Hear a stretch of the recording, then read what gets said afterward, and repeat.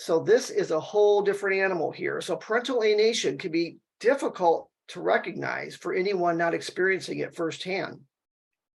I like to say it's like a riptide. I'm from Michigan, and on Lake Michigan, we have these riptides. You might be familiar with them yourself living in an ocean, but a riptide is hidden and forceful. You don't see the turbulent waters of the surface. That's why so many people fall prey to it.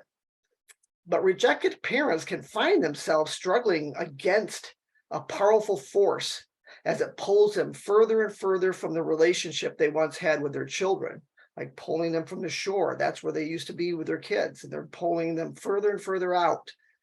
They feel the resistance and fight against it, but the more they fight, the more exhausted they become.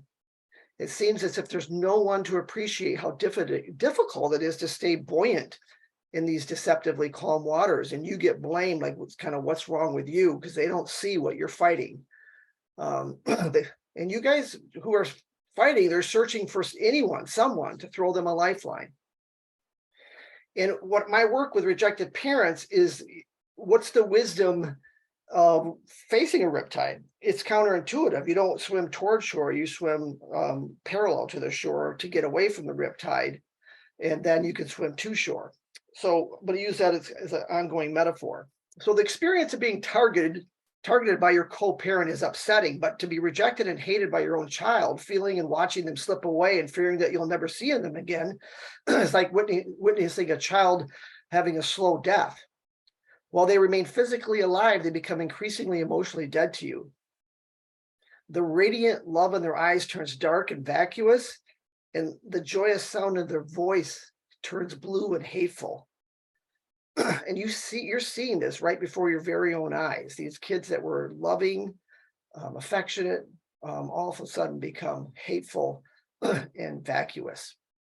In my work with rejected parents, I witnessed them tragically be seduced into making mistakes while they're in the throes of these painful, intractable, insidious drama of parental alienation.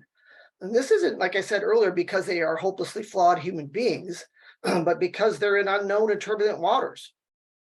Rejected parents flounder and make their mistakes. They become fatal and sink in their chances of reconciliation with their children.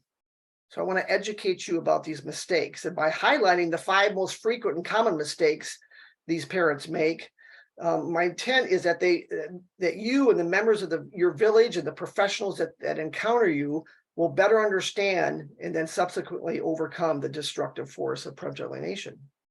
Kind of get you to the shore where you can get to your kids.